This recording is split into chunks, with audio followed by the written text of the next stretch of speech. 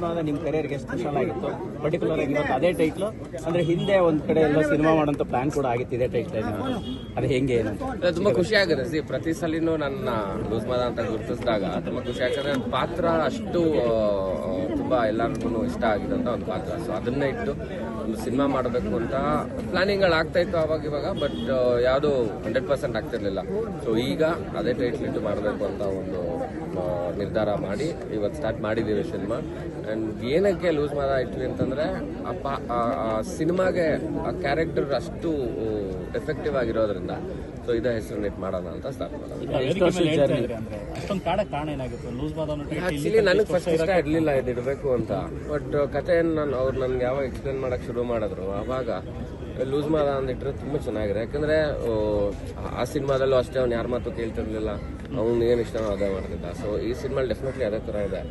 And personal ಲೈಫಲ್ಲೂ ಸ್ವಲ್ಪ ಅದು ಹಂಗೆ ಇರೋದ್ರಿಂದ ಸೊ ಅದೇ ಇಟ್ರೆ ಚೆನ್ನಾಗಿರುತ್ತೆ ಅಂತ ಸ್ಟಾರ್ಟ್ ಮಾಡ್ತಾ ಇದ್ದೇವೆ. ಹೋಗಿ ನೀವು ಹೇಳ್ತಾ ಇದ್ರದ ಯಾರ ಮಾತು ಕೇಳಲ್ಲ ಅಂತ ಒಂದೊಂದ್ಸರಿ ಅನ್ಸುತ್ತಾ ನಿಮ್ ಸಿನಿಮಾ ಜರ್ನಿಲೂ ಕೆಲವು ಸರಿ ಕೆಲವು ಮಾತುಗಳು ಕೇಳಿದ್ರೆ ಪ್ರಯತ್ನಗಳು ಮಾಡಬಹುದು. ಏನಾಗುತ್ತೆ ಗೊತ್ತಾ, ಅದು ಸಿಚುವೇಶನ್ ತಕ್ಕನಂಗೆ ಅದು ಆಗೋಗುತ್ತೆ. ಇವಾಗ ನಾನೇನ್ ಎಲ್ಲ ಕೆಲವು ಸಲ ಹೆಂಗಾಗ್ಬಿಡತ್ತೆ ಅಂದ್ರೆ ನಮ್ ಸಿಚುವೇಶನ್ ಹೆಂಗಿರುತ್ತೆ ಅದ್ರ ಪ್ರಕಾರ ನಡಿಬೇಕಾಗತ್ತೆ. ಸೊ ಹಂಗಾಗಿ ಸೊ ನನ್ನ ಲೈಫಲ್ಲಿ ಏನ್ ಮಾಡ್ಬೇಕು ಅನ್ಕೊಂಡು ಅದು ಮಾಡಿದ್ದೀನಿ.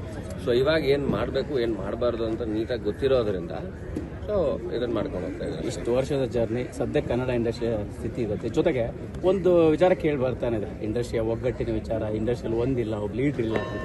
ಅದನ್ನ ನೀವ್ ಹೆಂಗೆ? ಲೀಡರ್ ಇಲ್ಲ ಅನ್ನೋದಕ್ಕಿಂತ ಒಬ್ಬ ಲೀಡರ್ಗೋಸ್ಕರ ಯಾಕೆ ವೇಟ್ ಮಾಡ್ಬೇಕು? ನಾವೆಲ್ಲರೂ ಸೇರ್ಬೋದಲ್ವಾ ಒಂದು ಜಾಗದಲ್ಲಿ ಸೇರ್ಬೋದು. ನಮ್ದೇ ಆರ್ಟಿಸ್ಟ್ ಅಸೋಸಿಯೇಷನ್ ಇದೆ, ಪ್ರೊಡ್ಯೂಸರ್ ಅಸೋಸಿಯೇಷನ್ ಇದೆ, ಫಿಲ್ಮ್ ಚೇಂಬರ್ ಇದೆ. ಸೊ ಎಲ್ಲರೂ ಒಂದ್ ಕಡೆ ಸೇರ್ಬೇಕು. ಅದು ಸೇರಾದ್ಮೇಲೆ ನೋಡೋಣ ಯಾರು ಲೀಡರ್ ಆಗ್ತಾರೆ ಏನೋ ಅನ್ನೋದು. ಬಟ್ ಎಲ್ಲರೂ ಒಂದ್ ಕಡೆ ಸೇರ್ಲಿ, ಮೊದಲು ಸೇರ್ಬೇಕು. ಮುಂಚೆ ಆದ್ರೆ ಸಾಕಷ್ಟು ಕಾರ್ಯಕ್ರಮಗಳಾಗೋದು, ಅವಾರ್ಡ್ ಫಂಕ್ಷನ್ಗಳಿರ್ಬೋದು ನಮ್ಮಲ್ಲೇ ನಡೀತಿತ್ತು, ಪ್ರತಿಯೊಂದು ಚಾನಲ್ ಅವ್ರು ಮಾಡ್ತಿದ್ರು, ಎಲ್ಲ ಆಯ್ತು. ಈಗ ಅದೆಲ್ಲ ಸ್ಟಾಪ್ ಆಗಿರೋದ್ರಿಂದ ಯಾರು ಎಲ್ಲೂ ಸಿಗ್ತಾ ಇಲ್ಲ. ಸೊ ಅವ್ರವ್ರ ಕೆಲಸದಲ್ಲಿ ಅವ್ರು ಬ್ಯುಸಿ ಇದ್ದಾರೆ. ಒಗ್ಗಟ್ಟಿಲ್ಲ ಅನ್ನೋದು ಅಷ್ಟೊಂದು ಸರಿ ಅನ್ಸಲ್ಲ ನನಗೆ. ಎಲ್ಲರೂ ಸಿಕ್ದಾಗೆಲ್ಲ ಚೆನ್ನಾಗೇ ಇರ್ತೀವಿ. ಸೊ ಅದು ಹಂಗೆ ಇರುತ್ತೆ. ಆಕ್ಟಿವ್ ಅಂತ ನೀವು ಒಂದಷ್ಟು ನಟರು ಅದ್ರ ಬಗ್ಗೆ ಮಾತಾಡಿ, ಯಾಕಂದ್ರೆ ಕಲಾವಿದರ ಸಂಘದಲ್ಲಿ ಚುನಾವಣೆಗೆ ಎಷ್ಟೋ ವರ್ಷ ಆಯ್ತು, ಮತ್ತೆ ಅದ್ರ ಬಗ್ಗೆ ಯಾರು ಗಮನನೇ ಹರಿಸ್ತಾರ. ಅವ್ರವ್ರ ಕೆಲಸದಲ್ಲಿ ಅವ್ರು ಬ್ಯುಸಿಯಾಗಿ ಹೋಗಿದ್ದಾರೆ. ಸೊ ಎಲ್ರಿಗೂ ಇದೊಂದು ವಿಷಯ ತಲುಪಿಸ್ಬೇಕು. ಈಗ ಇವಾಗ ಸಾಕಷ್ಟು ಜನ ಇದ್ದಾರೆ ನಮ್ಮ ಚೇಂಬರ್ ಅಲ್ಲಿ ಇದ್ದಾರೆ. ಸೊ ಅವರೆಲ್ಲರೂ ಮುಂದೆ ನಿಂತು ಮಾಡಿದ್ರೆ ಆಗುತ್ತೆ ಅದು. ಸೊ ಸಿ ದಟ್ಸ್ ನ್ಯಾಚುರಲ್ ಅದು. ಸರ್ ನಿಮ್ಮನೇಲಿ ಒಬ್ರು ಹೆಣ್ಮಕ್ಳಿದ್ದಾರೆ, ನೀವು ಕೂಡ ಹೆಣ್ಮಕ್ಳು ಅಂತಂದಾಗ ತುಂಬಾ ಪ್ರೀತಿಯಿಂದ ಕಾಣ್ತೀರಿ. ಸೊ ಈಗ ಪ್ರೆಸೆಂಟ್ ಸಿಚುವೇಶನ್ ನಿಮ್ಗೆ ಗೊತ್ತಿದೆ, ಹೆಣ್ಮಕ್ಳಿಗೆಲ್ಲೋ ಕುತ್ಕೊಂಡು ಕೆಟ್ಟ ಸಂದೇಶಗಳನ್ನ ಕಳಿಸೋದು, ಅಶ್ಲೀಲ ಸಂದೇಶಗಳನ್ನ ಕಳಿಸೋದು ಇಂಡಸ್ಟ್ರಿಯಲ್ಲಿ ನಿಮ್ಮ ಆತರ ಮಾತಾಡೋರ್ಗೆ ಆತರ ಮೆಸೇಜ್ಗಳು ಮಾಡೋದು ಕರ್ಕೊಂಡ್ಬಂದು ಚಪ್ಪಲಿ ಹೊಡಿಬೇಕು. ಯಾಕೆ ಗೊತ್ತಾ, ಇವಾಗ ಅವ್ರು ಹುಟ್ಟಿರೋದು ಒಂದು ತಾಯಿ ಹೊಟ್ಟೆಲ್ಲ ಅಲ್ವಾ. ಸೊ ಹಂಗಾಗಿ ಅವ್ರಿಗೆ ಬುದ್ಧಿನೇ ಇಲ್ಲ ಅಂದ್ಮೇಲೆ ಅವ್ರ ಬಗ್ಗೆ ಮಾತಾಡಿ ಅಂತ ಪ್ರಯೋಜನ ಅಲ್ವಾ. ಒಂದ್ ಸ್ವಲ್ಪ ತಿಳುವಳಿಕೆ ಇರಬೇಕು. ಅಲ್ಲ ಏನಾಗೋದು ಗೊತ್ತಾ, ತಿಳುವಳಿಕೆ ಇದ್ರೆ ಈ ತರ ಎಲ್ಲ ಮಾತುಗಳು ಆಡಲ್ಲ.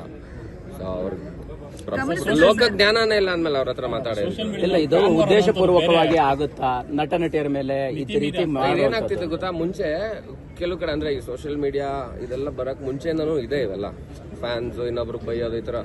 ನನಗೆ ಯಾರೋ ಅಂದ್ರೆ ಸುಮಾರು ವರ್ಷದ ಮುಂಚೆ ಬೇರೆ ಯಾವ್ದೋ ಹೀರೋ ಯಾರು ಅಂತ ನನಗೂ ಗೊತ್ತಿಲ್ಲ, ಬಟ್ ನಮ್ಮ ಬಾಸ್ ಮುಂದೆ ನೀನೇನೋ ಅಂದ್ಬಿಟ್ಟು ಒಂದ್ಸಲಿ ಬ್ಲೇಡಲ್ಲಿ ಕುಯ್ದು ಬಿಡಿದ್ದ ಆಯ್ತಾ. ಸೊ ಅವಾಗಿಂದನೂ ನಡೀತಿದೆ. ಇವಾಗ ಏನಂದ್ರೆ ಈ ಸೋಷಿಯಲ್ ಮೀಡಿಯಾ ಇರೋದ್ರಿಂದ ಎಲ್ಲರೂ ಕಾಮೆಂಟ್ಸ್ ಓದ್ಬೋದು, ಪ್ರತಿಯೊಂದು ಏನೋ ಡೈರೆಕ್ಟ್ ಮೆಸೇಜ್ಗಳು ಕಳಿಸ್ತಾ ಇದ್ದಾರೆ. ಸೊ ಈ ತರ ಆಗ್ತಿರೋದ್ರಿಂದ ಇದು ಜಾಸ್ತಿ ಆಗ್ತಿದೆ. ಬಟ್ ಇದೆಲ್ಲ ನಿಲ್ಲೇಬೇಕು. ನಿಂತಿಲ್ಲ ಅಂದ್ರೆ ತುಂಬಾ ಪರ್ಸನಲ್ ಆಗಿ ಇನ್ವೈಟ್ ಮಾಡ್ತಿದೆ. ಅಂದ್ರೆ ಉಪಯೋಗಿಸುವಂತ ಮಾತುಗಳು ಕೋಪ ಬರುತ್ತೆ. ಇವಾಗ ಇಂಥವ್ರ ಮೇಲೆ ಅಂತಲ್ಲ, ಯಾವುದೇ ಹೆಣ್ಮಗುಗಾಗ್ಲಿ ಈ ತರದ್ ಯಾರು ಮಾತಾಡಬಾರ್ದು. ವಿಶೇಷವಾಗಿ ರಮ್ಯಾ ಅವರು, ನೀವು ಕೂಡ ಸಿನಿಮಾದಲ್ಲಿ ಆಕ್ಟ್ ಮಾಡಿದಿರಿ ರಮ್ಯಾ ಅವ್ರ ಜೊತೆ. ಸೊ ರಮ್ಯಾ ಅವರು ಕಂಪ್ಲೇಂಟ್ ಕೊಟ್ಟಿರ್ತಕ್ಕಂಥ ನಿರ್ಧಾರ, ಆ ನಿಲುವಿನ ಬಗ್ಗೆ ತುಂಬಾ ಒಳ್ಳೇದು ಸರ್, ತುಂಬಾ ಒಳ್ಳೇದು ಕಂಪ್ಲೇಂಟ್ ಕೊಟ್ಟಿರೋದು. ಅವರು ಯಾಕೆ ಕೊಡಬಾರ್ದು? ಕಂಪ್ಲೇಂಟ್ ಕೊಟ್ಟ ಮೇಲೆ ಇವಾಗ ಒಂದಷ್ಟು ಜನ ಸಿಗ್ತಾರೆ, ಕರ್ಕೊಂಡೋಗಿ ಒಂದ್ ಸ್ವಲ್ಪ ಅವರು ಬೆಂಡ ಎತ್ತಿದ್ರೆ ಗೊತ್ತಾಗುತ್ತೆ, ನೆಕ್ಸ್ಟ್ ಇನ್ನೊಬ್ಬ ಮಾಡಲ್ಲ ಆ ತರ. ಸರ್ ನಿಮ್ಗೆ ಅನ್ಸಿದ್ಯಾ ದರ್ಶನ್ ಅವರು ಅಟ್ಲೀಸ್ಟ್ ಮುಂದೆ ಬಂದು ಈ ತರ ಸಂದೇಶಗಳನ್ನ ಕಳಿಸ್ಬೇಡಿ ಅಂತ ಅವ್ರು ಹೇಳ್ತಾ ಇಲ್ಲ? ಎಲ್ಲರ ಆಗ್ರಹ, ಎಲ್ಲರ ಯೋಚನೆ ಏನಪ್ಪಾ ಅಂದ್ರೆ ಅಟ್ಲೀಸ್ಟ್ ಸುಮ್ನಿರಪ್ಪ ಅಂತ ಹೇಳ್ಬೋದು. ತುಂಬಾ ಒಳ್ಳೇದು, ಬಟ್ ಯಾಕೆ ಮಾಡ್ತಿಲ್ಲ ಅಂತ ನನಗೂ ಗೊತ್ತಿಲ್ಲ. ಸೊ ಮಾಡಿದ್ರೆ ತುಂಬಾ ಒಳ್ಳೇದು. ಅವರು ಬಂದು ಹೇಳ್ಬೇಕು. ಇವಾಗ ಅವ್ರ ಫ್ಯಾನ್ಸ್ ಅವ್ರ ಮಾತು ಕೇಳ್ತಾರೆ. ಸೊ ಹಂಗಾಗಿ ಅವ್ರು ಹೇಳಿದ್ರೆ ಇದಕ್ಕೆಲ್ಲದಕ್ಕೂ ಒಂದು ಸ್ಟಾಪ್ ಆಗುತ್ತೆ. ಬಟ್ ಗೊತ್ತಿಲ್ಲ ಏನಾಗ್ತಿದೆ ಅನ್ನೋದು. ಅಂಡ್ ನಿಜವಾಗ್ಲೂ ಅವ್ರ ಫ್ಯಾನ್ಸ್ ಅನ್ನ ಅಥವಾ ಯಾರ್ಯಾರು ಮಾಡ್ತಿದಾರೆ ಅನ್ನೋದು ಗೊತ್ತಾಗಲ್ವಲ್ಲ. ಅಲ್ಲ ಏನಾಗ್ತಿದೆ ಅವ್ರು ಏನಕ್ಕೆ ಮಾಡ್ಸಕ್ ಹೋಗ್ತಾರೆ? ಅಂತ ವ್ಯಕ್ತಿ ನನ್ಗೆ ಗೊತ್ತಿರೋ ಮಟ್ಟಿಗೆ ಆತರ ಅಲ್ಲ. ಸೊ ಏನಾಗೋದು ಗೊತ್ತಾ, ಇವಾಗ ಅವ್ರ ಫ್ಯಾನ್ಸ್ ಅಂತ 100% ಹೆಂಗ್ ಹೇಳಕ್ಕಾಗಲ್ಲ. ಮುಖ ಕಾಣಿಸ್ಬೇಕಲ್ವಾ, ಮುಖನೇ ಕಾಣಿಸ್ತಿರೋ ಅಕೌಂಟ್ಗಳಲ್ಲಿ ಈ ತರ ಬೇವರ್ಸಿ ಕೆಲಸ ಮಾಡ್ಕೊಂಡು ಹೋದ್ರೆ ಯಾರಿಗೆ ಅಂತ ಹಿಡಿತೀರ ನೀವು? ಅಂಡ್ ಸೈಬರ್ ಕ್ರೈಮ್ ಡಿಪಾರ್ಟ್ಮೆಂಟ್ ಇದೆ, ಅವ್ರ ಕೆಲಸ ಅವ್ರು ಮಾಡ್ತಾರೆ, ಕಂಪ್ಲೇಂಟ್ ಕೊಟ್ಟಿದ್ದಾರೆ. ಸೊ ಈ ಕಂಪ್ಲೇಂಟ್ ನ ತುಂಬಾ ನೀಟಾಗಿ ತನಿಖೆ ಮಾಡ್ತಾರೆ. ಸೊ ಮಾಡಿ ಸಿಗಾಕೊಂಡವ್ರು ಗ್ಯಾರಂಟಿ ಬೆಂಡೆತ್ತಬೇಕು. ಬೆಂಡೆತ್ತಿದ್ರೆ ಇನ್ನೊಬ್ಬ ನೆಕ್ಸ್ಟ್ ಮಾಡೋದನ್ನ ನಿಲ್ಲಿಸ್ತಾನೆ. ಮತ್ತೆ ಏನಾಗುತ್ತೆ ಇವಾಗ ನಮಗ್ ಭಯ ಆಗುತ್ತೆ. ನಾವ್ ಯಾರ ಬಗ್ಗೆ ಏನಾದ್ರು ಕಮೆಂಟ್ ಮಾಡ್ಬೇಕು ಅಂದ್ರೆ ಭಯ. ಯಾಕೆ ಗೊತ್ತಾ, ನಾನು ಹೆಂಡ್ತೀನಿ, ನನ್ನ ಮಗು, ನಮ್ಮ ತಾಯಿಗೆ ಸಂಬಂಧನೇ ಇರಲ್ಲ, ಅವ್ರ ಬಗ್ಗೆ ಮಾತಾಡ್ತಾರೆ ಅಲ್ವಾ. ಇವಾಗ ಆ ಖಂಡಿತವಾಗ್ಲೂ ಕೋಪ ಬಂದೇ ಬರುತ್ತೆ ಅಲ್ವಾ. ಸೊ ಅದು ಮಾಡಬಾರ್ದು, ನಿಲ್ಬೇಕದು. ಸೊ ನಿಂತ್ರೆ ತುಂಬಾ ಒಳ್ಳೆಯದು. Thank you sir. Thank you. ನಿಮ್ಮ ಕರಿಯರ್ಗೆ ಸ್ಪೆಷಲ್ ಆಗಿತ್ತು ಪರ್ಟಿಕ್ಯುಲರ್ ಆಗಿ ಇವತ್ತು ಅದೇ ಟೈಟ್ಲು ಅಂದ್ರೆ ಹಿಂದೆ ಒಂದ್ ಕಡೆ ಎಲ್ಲ ಸಿನಿಮಾ ಮಾಡೋಂಥ ಪ್ಲಾನ್ ಕೂಡ ಆಗಿತ್ತು ಇದೇ ಟೈಟ್ಲ್, ಅದು ಹೆಂಗೆ ಏನು? ತುಂಬಾ ಖುಷಿ ಆಗುತ್ತೆ. ಪ್ರತಿ ಸಲಿನೂ ನನ್ನ ಲೂಸ್ ಮಾದ ಅಂತ ಗುರುತಿಸಿದಾಗ ತುಂಬಾ ಖುಷಿ ಆಗ್ತದೆ. ಪಾತ್ರ ಅಷ್ಟು ತುಂಬಾ ಎಲ್ಲರಿಗೂ ಇಷ್ಟ ಆಗಿದಂತ ಒಂದು ಪಾತ್ರ. ಸೊ ಅದನ್ನೇ ಇಟ್ಟು ಒಂದು ಸಿನಿಮಾ ಮಾಡಬೇಕು ಅಂತ ಪ್ಲಾನಿಂಗ್ ಆಗ್ತಾ ಇತ್ತು ಅವಾಗ ಇವಾಗ, ಬಟ್ ಯಾವುದು 100% ಆಗ್ತಿರ್ಲಿಲ್ಲ.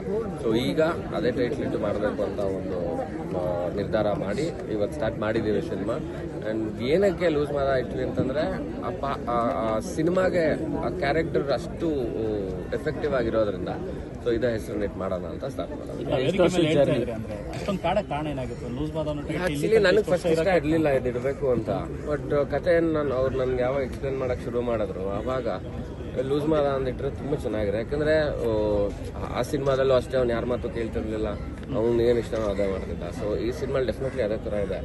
ಅಂಡ್ ಪರ್ಸನಲ್ ಲೈಫಲ್ಲೂ ಸ್ವಲ್ಪ ಅದು ಹಂಗೆ ಇರೋದ್ರಿಂದ ಸೊ ಅದೇ ಇಟ್ರೆ ಚೆನ್ನಾಗಿರುತ್ತೆ ಅಂತ ಸ್ಟಾರ್ಟ್ ಮಾಡ್ತಾ ಇದ್ದೇವೆ. ಹೋಗಿ ನೀವು ಹೇಳ್ತಾ ಇದ್ರೆ ಅದೇ ಯಾರ ಮಾತು ಕೇಳಲ್ಲ ಅಂತ ಒಂದೊಂದ್ಸರಿ ಅನ್ಸುತ್ತಾ ನಿಮ್ ಸಿನಿಮಾ ಜರ್ನಿಲೂ ಕೆಲವು ಸರಿ ಕೆಲವು ಮಾತುಗಳು ಕೇಳಿದ್ರೆ ಇನ್ನು ಒಂದಿಷ್ಟು ಚೆನ್ನಾಗಿ ಪ್ರಯತ್ನಗಳು ಮಾಡ್ಬೋದಿತ್ತು. ಏನಾಗುತ್ತೆ ಗೊತ್ತಾ, ಅದು ಸಿಚುವೇಶನ್ ತಕ್ಕನಂಗೆ ಅದು ಆಗೋಗುತ್ತೆ. ಇವಾಗ ನಾನೇನ್ ಎಲ್ಲ ಕೆಲವು ಸಲ ಹೆಂಗಾಗ್ಬಿಡತ್ತೆ ಅಂದ್ರೆ ನಮ್ ಸಿಚುವೇಶನ್ ಹೆಂಗಿರುತ್ತೆ ಅದ್ರ ಪ್ರಕಾರ ನಡಿಬೇಕಾಗತ್ತೆ. ಸೊ ಹಂಗಾಗಿ ಸೊ ನನ್ನ ಲೈಫಲ್ಲಿ ಏನ್ ಮಾಡ್ಬೇಕು ಅನ್ಕೊಂಡು ಅದು ಮಾಡಿದ್ದೀನಿ.